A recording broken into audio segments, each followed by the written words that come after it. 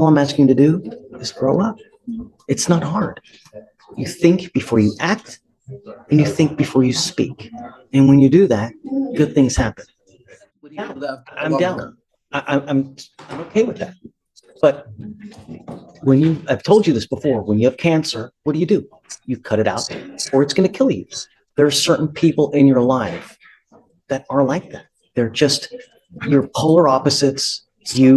Yes, you may have a happy time where both of you act like gumdrops and rainbows and, it's going to change. And the problem is that you two together, when that change comes, it really explodes into something catastrophic. And one of you invariably ends up in jail. That's the problem. You get upset. There's a certain way to handle things. It's called maturity, right? You learn how to deal and cope with someone who makes you mad. Either you walk away, you do something else, go exercise. Somehow you have to deal with the anger. That's maturity. That's growing up, because you can't continue the way you are, because either someone's going to get really hurt or likely dead. That's it. And that's why I'm scared to put you together, because not only this, but you now have a baby coming into the world. That's extremely stressful, especially when you don't have money. That's why it scares me to put you two together. But if you have an intermediary, that's meaning a third party that's willing to help you get access to the child, that's great.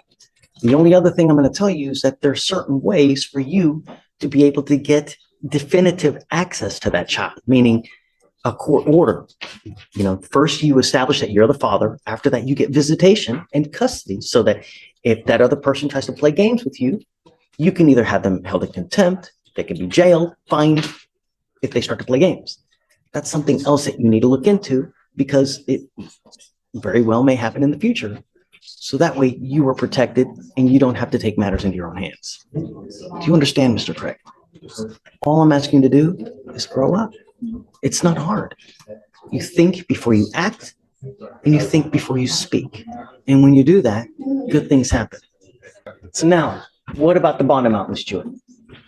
Well, Judge, my position. I'd like a $1,500 bond on each offense, which will match the $3,000 that I have already secured in the felony court.